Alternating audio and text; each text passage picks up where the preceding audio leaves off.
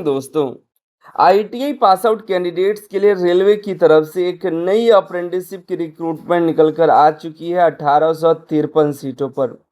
Railway की ये नई अप्रेंटिसशिप एनसीआर प्रयागराज की तरफ से निकल कर आई हुई है, नॉर्थ सेंट्रल रेलवे प्रयागराज, जिसका आज से फॉर्म भरने का लिंक एक्टिवेट हो जाएगा।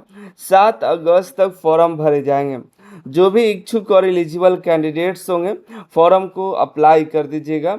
ठीक है, रेलवे से अप्रेंटिसशिप करने के एकमात्र फ़ायदे ये हैं कि आपको रेलवे की ग्रुप डी की भर्ती में 20% का रिजर्वेशन मिल जाता है।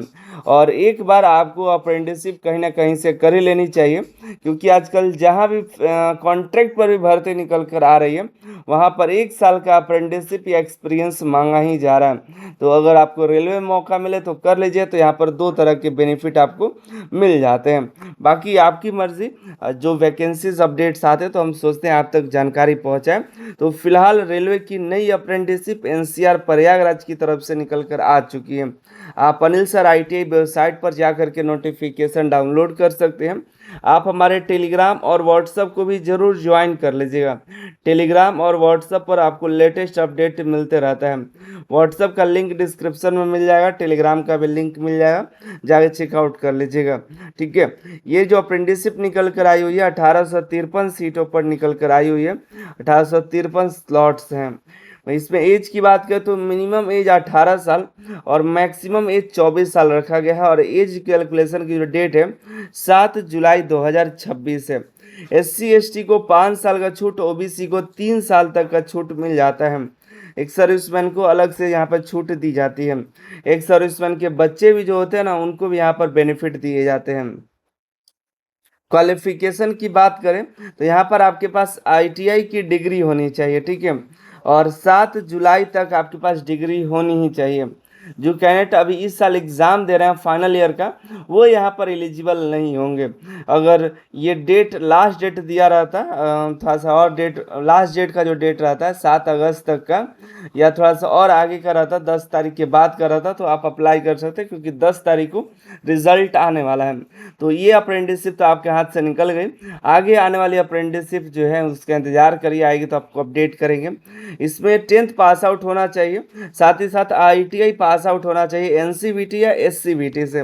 ITI के fitter, welder, armature binding, machinist, wireman, electrician, mechanic diesel, computer network technician, यहाँ पर mechanic cum operator electronics communication system, plumber, health entry inspector, multimedia and web designing, electrical and electronics, carpenter, wood technician, draughtsman civil, steno English, steno Hindi, ICTS, COPA और turner, इन 21 trade के candidates को मौका दिया गया है।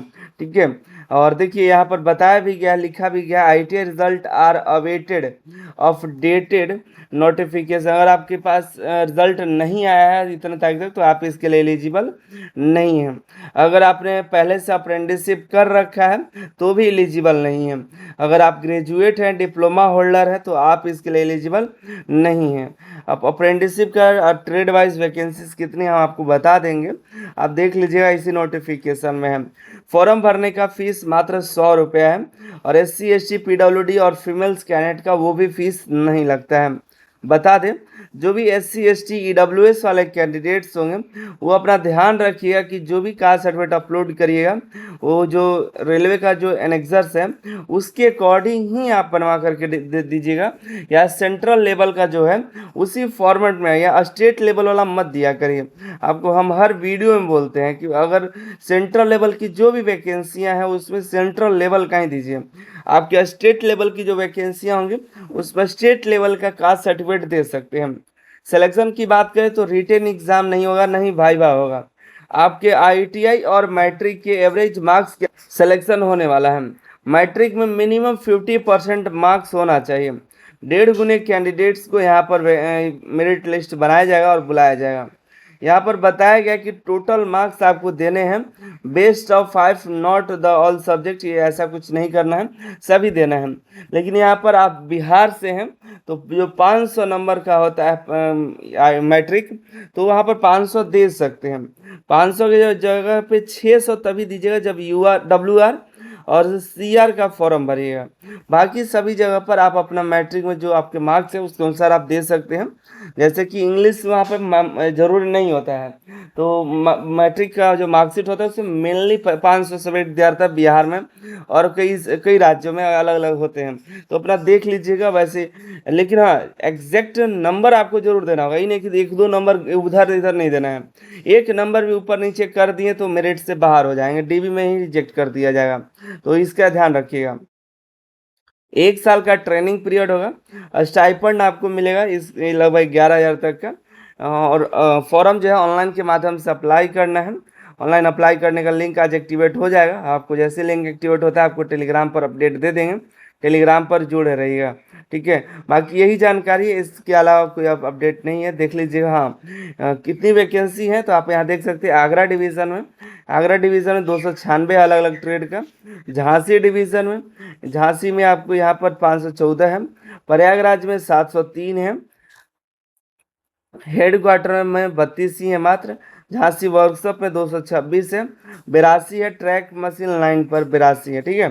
तो देख लीजिए कहाँ से अप्लाई करना है। ये फॉर्मेट्स हैं, इसी ऐसे ही फॉर्मेट में आपको होना चाहिए। ये नहीं चाहिए पहले से बना हुआ इस तरह के फॉर्मेट में तो कोई दिक्कत नहीं है, लेकिन कोशिश करिए कि लेटेस्ट हो और इसी फॉर्मेट का हो। मिलते हैं अगली वीडियो में अगली जानकारी के साथ। आप सभी का बहुत बहुत धन्यवाद।